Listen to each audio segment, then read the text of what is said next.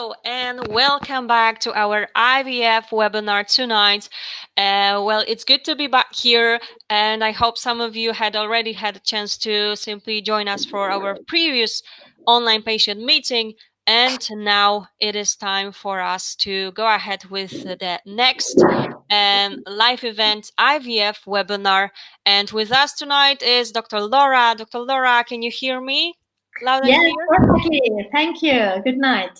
Perfect. It's good to have you back. This is not our first time that we are doing it, so I'm really excited for this webinar as well, as always, actually. So, let me explain how everything works for anyone that hasn't been able to join our previous webinars before. So we are gathering here every single day so that you can learn and ask your questions in those times that we are not able to proceed with the treatment. Some of the clinics are reopening very soon, so hopefully all will go back to a bit more normal. So we are definitely all waiting for that. But in the meantime, we are here just to support you and give you a chance to ask your questions to the top fertility experts. And this is possible thanks to our ambassadors and partners. And again, I would like you to see them right here. This is it's from because of them that we are able to go ahead with those events as well. And tonight we have another topic to discuss.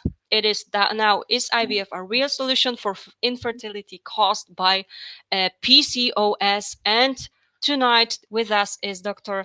Laura Garcia de Miguel. She is the medical director at Clinica Tambre, located in Madrid. So hello to Madrid as well. And how are you feeling tonight? So thank you. Everything is all right, and we're very happy to give the webinar to all the audience. And we're happy to inform you that next Monday, the clinic is opening again, laboratory, so treatments will be starting again and very soon. Yes, that's definitely good news. We have been waiting for that for sure. So happy to have you here. And let me just remind everyone that we will start with the presentation. That will take approximately 25-30 minutes, and then it will be time for your questions. So all you need to do is just type it in the chat section, and then Dr. Laura will be able to answer them for you one by one. So don't miss that opportunity to ask any questions that you might have, and I'm sure she will be able to help you out as well. This is being recorded, so of course, again, you will have a chance to watch it again. Well, that will be it from me. Okay, Dr. Laura, are you ready to begin with the presentation? Okay, thank you very much. Perfect. So let's start with our presentation this night. This is called, Is IVF a real solution for infertility caused by polycystic ovarian syndrome? So what will we cover during this webinar? We will talk about the definition of polycystic ovarian syndrome, the PCOS, the options for fertility treatment for these women, and also IVF in PCOS patients. So let's start with the first part of this presentation, that is definition of this syndrome of PCOS. So what is PCOS? It is a polycystic ovarian syndrome, is one of the most common endocrinological disorder in women of reproductive age, affecting 5 to 10% of these women. What is the reason of this? So the ovaries develop numerous small collections of fluid called follicles and may fail to regularly release eggs. So we have infrequent, irregular, or prolonged menstrual periods in this kind of women. What are the more frequent PCOS symptoms? So it could be hair loss. Most frequent is hirsutism. Sometimes also pelvic pain. There is a tendency in some PCOS patients of having overweight. Also, some of them have acne, and it's very common to have irregular periods, infertility, and high testosterone levels.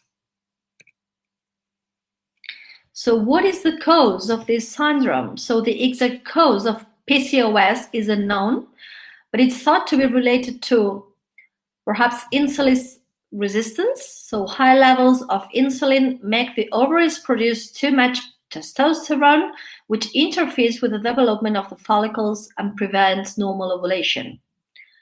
So also there is a possible hormone imbalance, so raised levels of testosterone, raised levels of LH, of luteinizing hormone, and low levels of sex hormone binding globulin, SHBG, could be also another possible cause.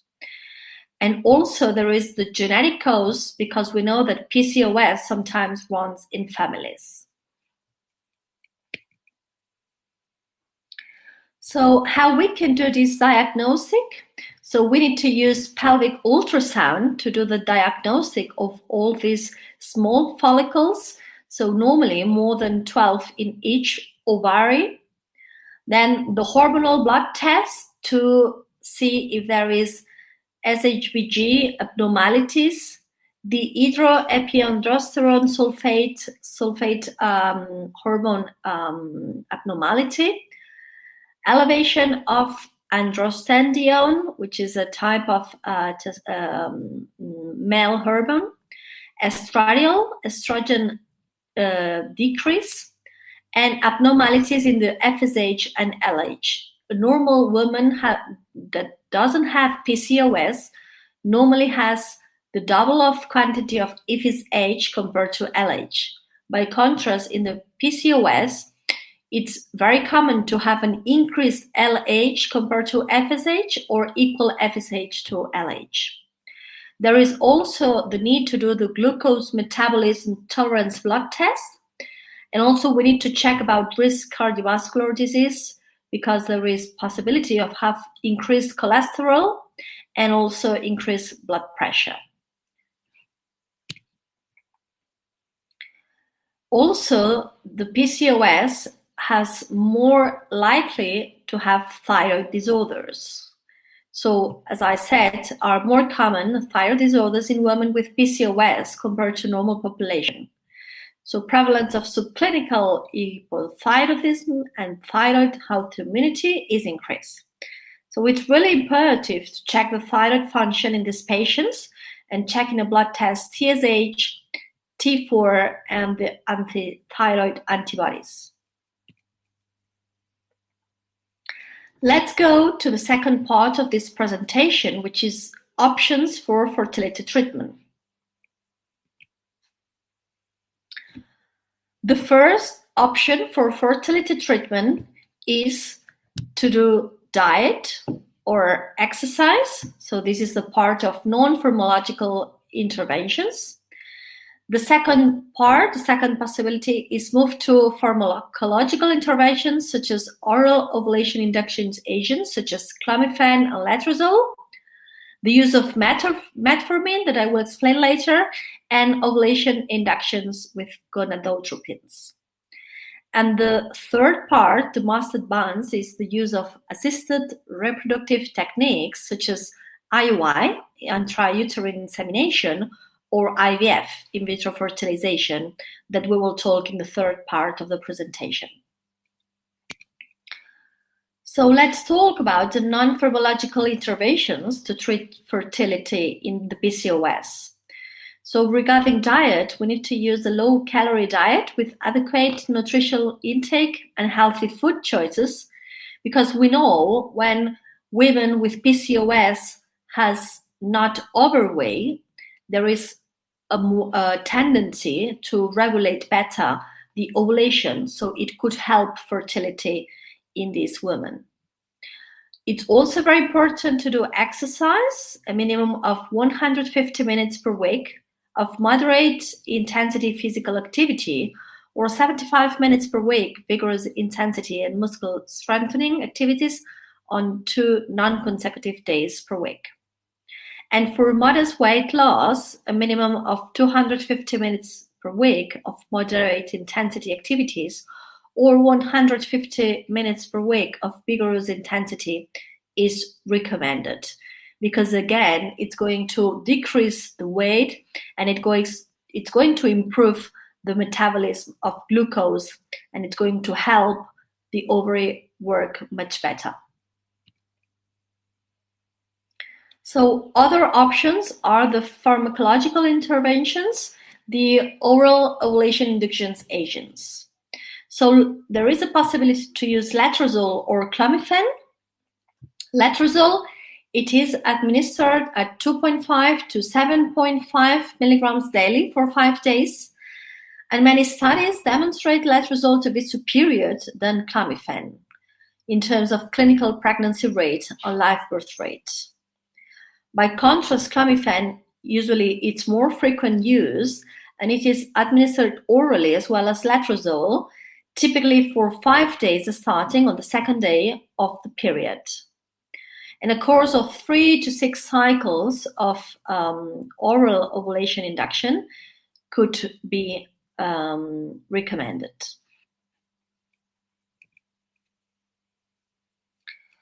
So let's talk right now about the metformin. So it is a drug that inhibits hepatic glucose production, decreases intestinal glucose uptake, and increases insulin sensitivity in peripheral tissues. It plays its role in improving ovulation induction in women with PCOS, and metformin is available as 500, 850, or 1,000 milligram presentation tablets with an average dose of 1,500 milligrams per day recommended. Metformin may be used as an adjunct to other ovulation induction agents or by itself in women with PCOS with no other fertility factors.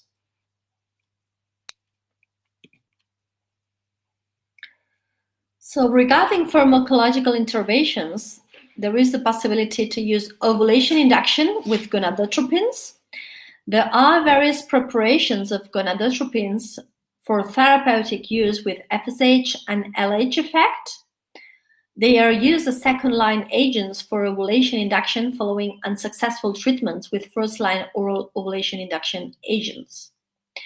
But it's very important to remember careful monitoring of the treatment cycles with serial ultrasound scans. It's really crucial to avoid multiple pregnancy. So we cannot do this kind of treatments without specific control by a reproductive expert. So another option is to go to assisted reproduction techniques. So let's talk right now for intrauterine insemination, IUI. So sperm that have been washed and concentrate is placed directly in the uterus right after the ovulation of the woman. Of course, in the beginning, there will be the monitoring for ovulation normally with a control ovarian stimulation. So there will be also the ovulation induction, and then we will have the need to do the semen capacitation and the injection of the sperm into the uterus of the woman with a catheter. Of course, this technique doesn't need any anesthesia, and this will be non-invasive. Let's go to the third part of the presentation, which is IVF in PCOS patients. So here you have all the picture of what is an IVF process. So we start with the first step of the ovarian stimulation, and from the second day of the period, the hormonal treatment is started and usually takes around 10 to 12 days, as we will continue doing monitoring ultrasound scans to check the development of the follicles. The second step is when follicles are around 18 to 20 millimeters, program the egg retrieval. So oocytes are obtained through a vaginal extraction, and this will be a minimum invasive technique in the theater with a little bit of anesthesia. The same day, we will prepare the sperm of the partner or the donor, and we will go for the fertilization process. And we will take the best spermatozoa to do traditional IVF or ICSI procedure depending on each couple or each female. We will go and move to embryo culture. So embryos will be kept in our incubators until the blastocyst stage. And we will organize transfer, and this moment will be carried out with the monitoring scan to leave the embryo in the correct place. And if there are other good quality remaining embryos, of course, we will freeze them. And 10 days after, we will ask you to do the pregnancy test.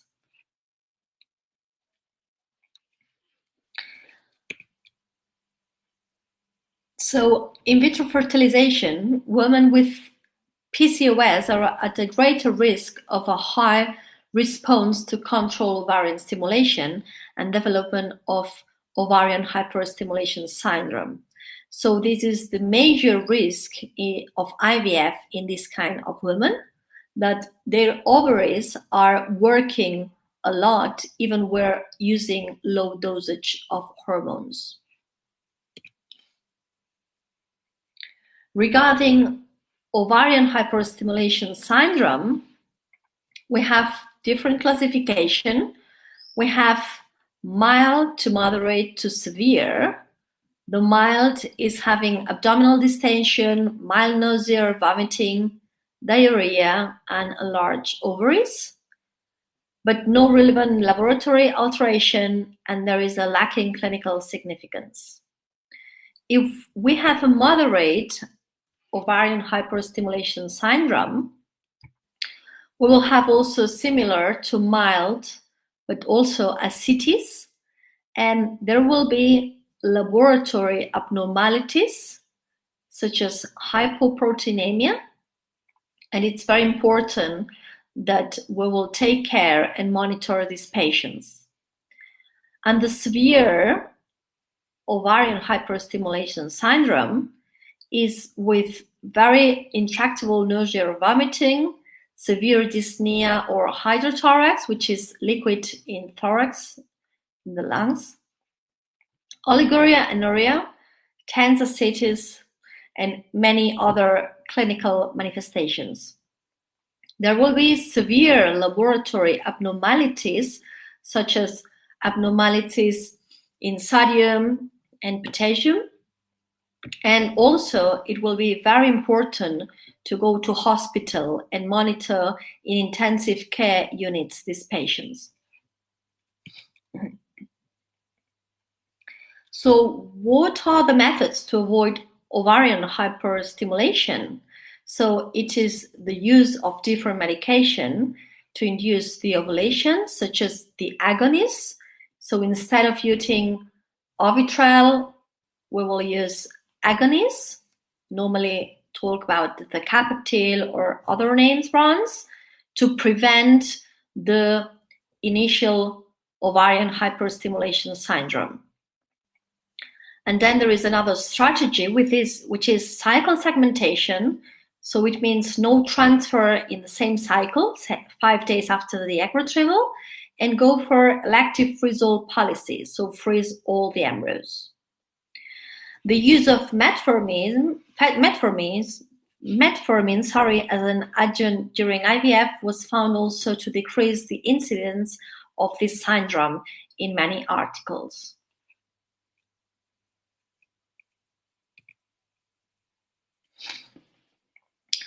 So let's talk about the transfer of frozen embryos.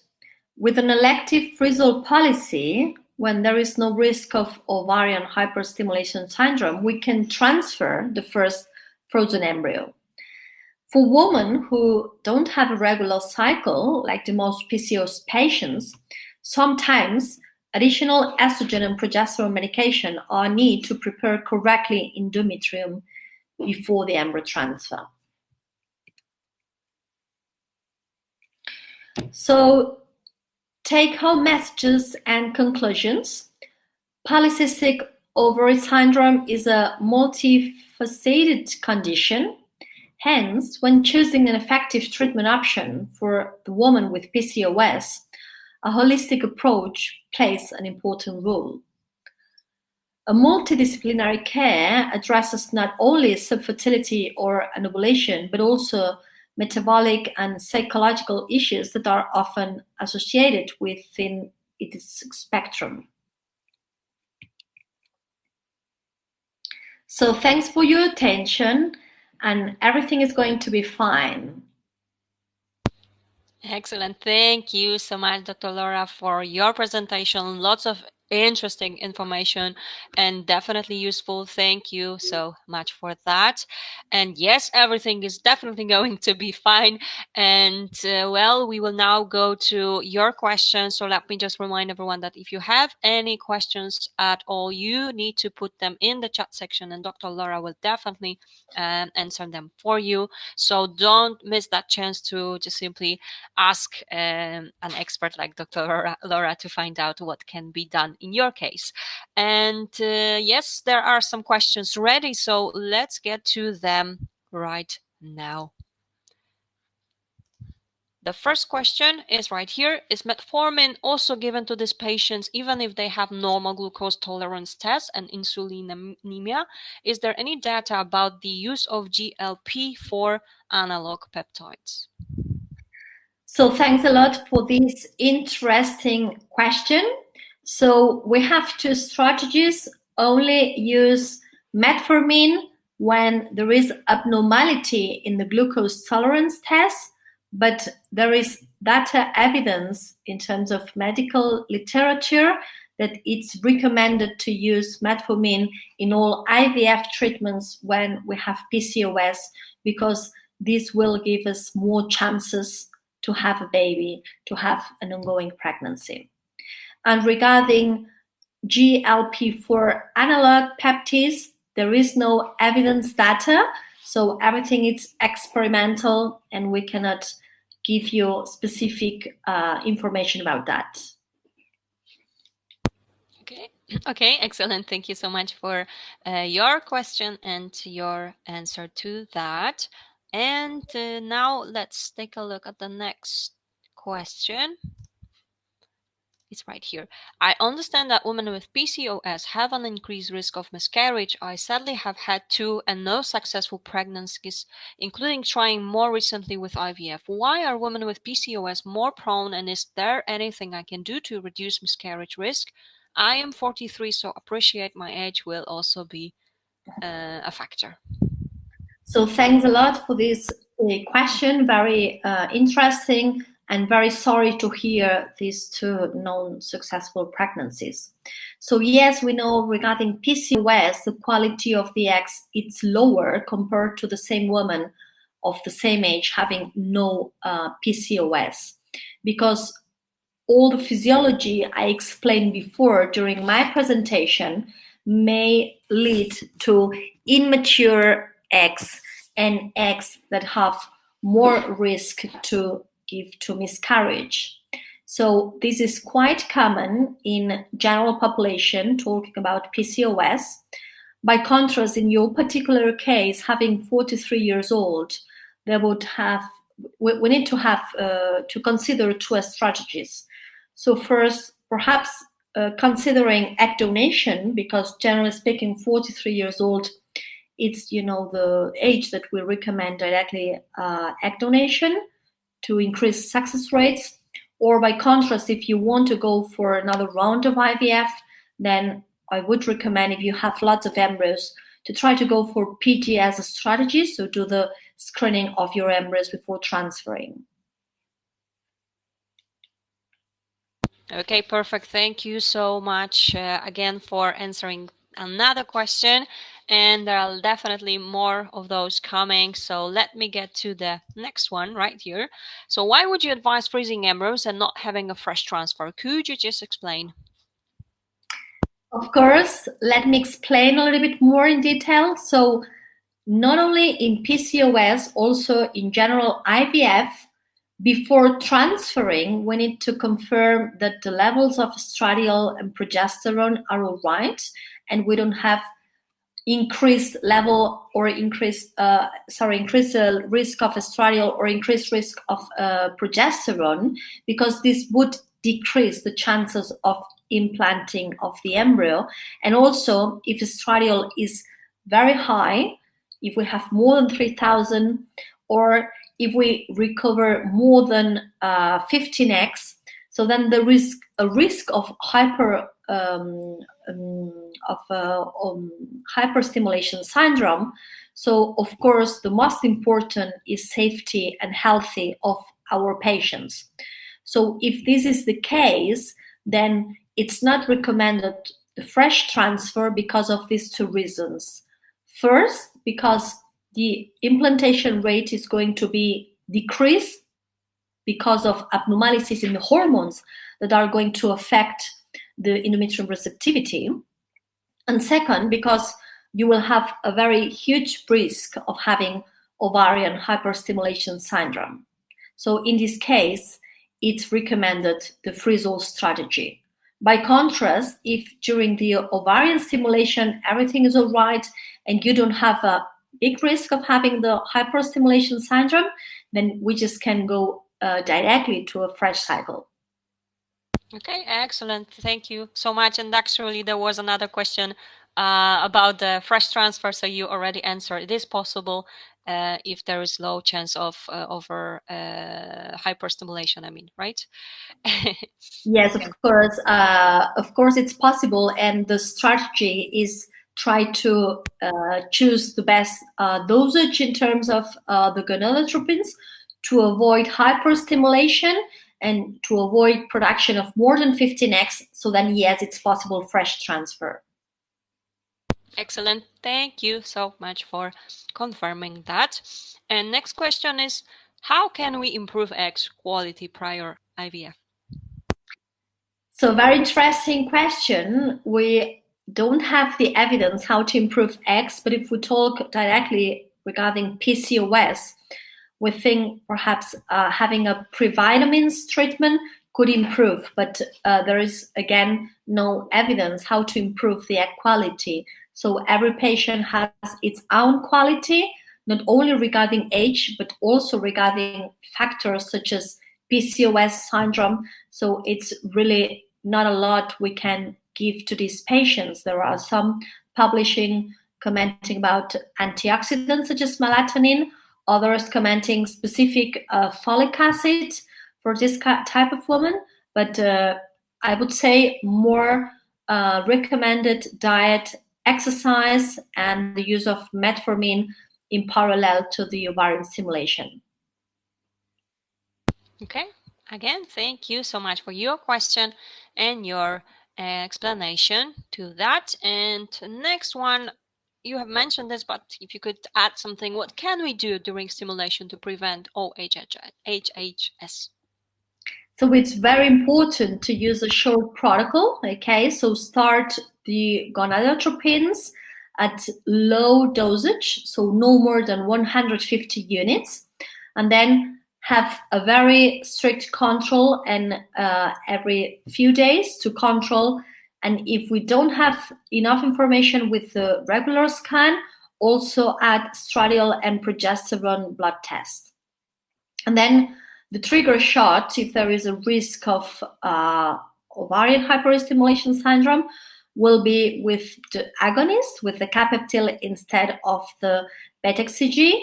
And if there is a high risk, then we will not do the fresh cycle transfer, and we will do the embryo transfer in the freeze-all strategy. Okay, excellent. Thank you so much again for that. There's another question right here. So does PCOS affect implantation of the embryo, and is it important to keep up with low sugar diet after embryo transfer? So thanks a lot for this question. So it is not really considered that the implantation is lower when glucose metabolism is controlled correctly. By contrast, if a woman having PCOS has not a good glucose metabolism and has abnormalities or overweight, then yes, we can say there is and decreased implantation rate for these women, and we need to pre-treat before the embryo transfer the overweight or the glucose abnormalities disorders. Thank you again for that answer. And next one is up here.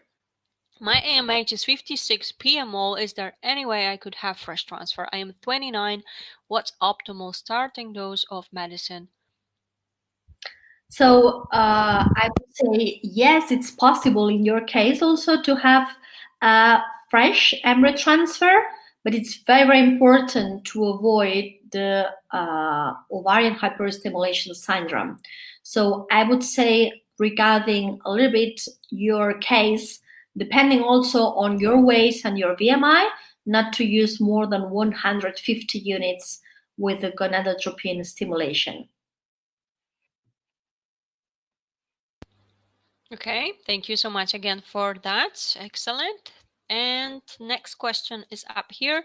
Thanks for your answer to my earlier question. If I were to go for egg donation, could my PCOS impact on the potential success of this? Sorry, can you read it again? Yes, thanks for your answer to my earlier question. If I were to go for egg donation, could my PCOS impact on the potential success of this? So thanks for this question. So in particular, if you're going to egg donation, the impact of the success rate will not be decreased by PCOS if you're having normal glucose metabolism and normal weight. Okay, perfect. Thank you so much again for that. In the meantime, we are waiting for some more questions from the patients, but I very often heard such a question. So if you could take a look, does the quality of my eggs is worse because of PCOS? And is it true that women with PCOS have higher levels of AMH hormone than normal? So thanks a lot for this question, and correct, the quality of your eggs if you're having PCOS is decreased, and also it is true that women having PCOS normally have higher levels of AMH, so a higher ovarian reserve. Okay, perfect. Thank you so much again for clarifying that. And if I may have like one additional question. So can a patient, let's say, can someone have PCOS and not be actually aware of that? Of course, this is a very interesting question. We have lots of women having failed IVF procedures or having long fertility problems, and they are not aware about that because there is a percentage of PCOS that have important clinical symptoms such as irregular periods, hirsutism, acne, whatever. But sometimes it's more difficult to do the diagnostic, and it's very important to take care and consider the blood test and any other questions such as scan. Okay, perfect. So it's just, and is it possible for like any gynecologist to be able to I mean check it? I mean, to see if, I mean, let's say that someone is thinking that might have it, and so they can just go to the GP and they should be able to find it to prove that the patient might have it. Correct. I think any gynecologist should know how to do the diagnostic of the PCOS. And generally speaking, it's 2 out of 3 signs of the Rotterdam signs, which is if you have clinical abnormalities of PCOS, this is one. Okay, so what we talk about, hirsutism, irregular periods, acne, etc. Second, the pelvic scan, that it's really relevant for polycystic ovarian syndrome because we have lots and lots of follicles in these ovaries. And the third is abnormalities in the blood test. So if you have 2 out of these 3, you have a PCOS. So it's very important to do diagnostic of clinical examination, to do the scan, and to do the blood test. Okay, Thank you so much again for that, for answering and explaining that to us. Another question is right here. Good evening. Does the progesterone high level affect the oocyte quality? So abnormalities in any hormones could affect quality, but mainly speaking, progesterone could affect more the endometrium receptivity more than the egg quality. Okay, so if you're having increased progesterone level, it's going to be more important the effect on endometrium and the problems with that compared to oocyte quality. But also we know cycles with increased progesterone level are not excellent in terms of ongoing pregnancy and also quality of embryos. Okay, perfect. Thank you so much again for that. Let's wait a bit. We don't have a question right at this point, but I want to make sure that you have asked all of your questions. So go ahead and type it in. Yes, someone is typing it. In the meantime, and if I just also can add one more question. So does the PCOS, does it affect the pregnancy itself as well? Sorry, can you just repeat? Yes, of course. I'm asking if PCOS has actually any effect on pregnancy as well. So, as there was a question before, PCOS could have more possibility of miscarriage in the first trimester. So that's the main issue that we can have in the PCOS women with pregnancies. Okay, understood. Perfect. Thank you for clarifying that once again. I am waiting for some questions, so let's give it a second. And here's the question here. Does inositol has any effect for PCOS ladies? Yeah, I was talking about different types of folic acid and inositols could improve the quality of the eggs, but this is not 100% sure in terms of evidence, but this will give a positive impact for PCOS women before going for IVF procedure. Okay, thank you again for that question and your answer to this. At this point, we do not have any additional questions, but let's give it a minute. If not, we will be finishing. So just wanted to remind everyone that this is like your final call. If you wish to ask your question, don't miss that chance and go ahead and type it in. And I think that someone is typing, so let's give it a second as well. And so if I just might ask one more question as well, so is it possible that PCOS can be passed on to daughter, for example, your future daughter? Yes, as I explained in my presentation, there is a genetic part of cause of this PCOS. So we need also to ask in every patient if they are having backgrounds of PCOS in their mothers. Okay, so it's good to double check it always. The past, not only your history, but also from your mothers. Okay, thank you for Correct. again clarifying that to us. I am waiting as someone is typing, so let's give it a second and make sure that we answered all the questions. I mean, you answered all the questions, of course. And there is another one right here. That's I'm not sure. TGE, positive pressure in the IVF lab can improve the result. So thanks a lot for this question.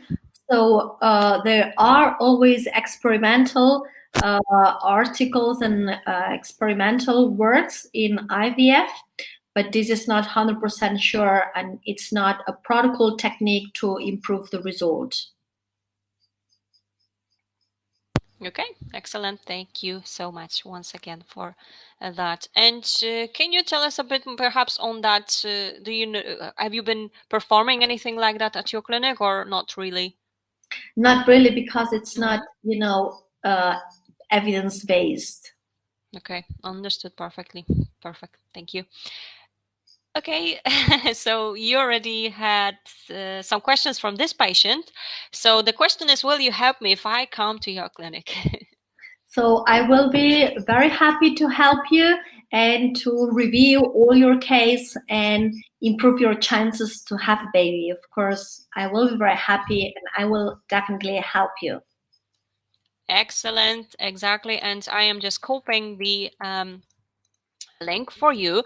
If you would like to get in touch with Dr. Laura and her team and get some more details and also possibly a consultation, online consultation, all you need to do is just go to that website and there is an option to ask your question and that will be forwarded to the team from Tambre and I'm sure they will be able to assist you as well. So go ahead and do it. I do not see any more questions. Sorry, I'm not sure. I am here. I do not see any more questions, so we will be finishing. However, as I mentioned, if you would like to get in touch, just get some more details as well. And well, all you need to do is just ask your question, and the team from Tambre, I'm sure they will get back to you. And well, Dr. Laura, it has been a pleasure as always to have you with us, and thank you so much for your presentation. Lots of useful information indeed, and also for your questions and answering them to our patients. From my part, I can say that we are very happy to have you and thank you for supporting our Stronger Together event.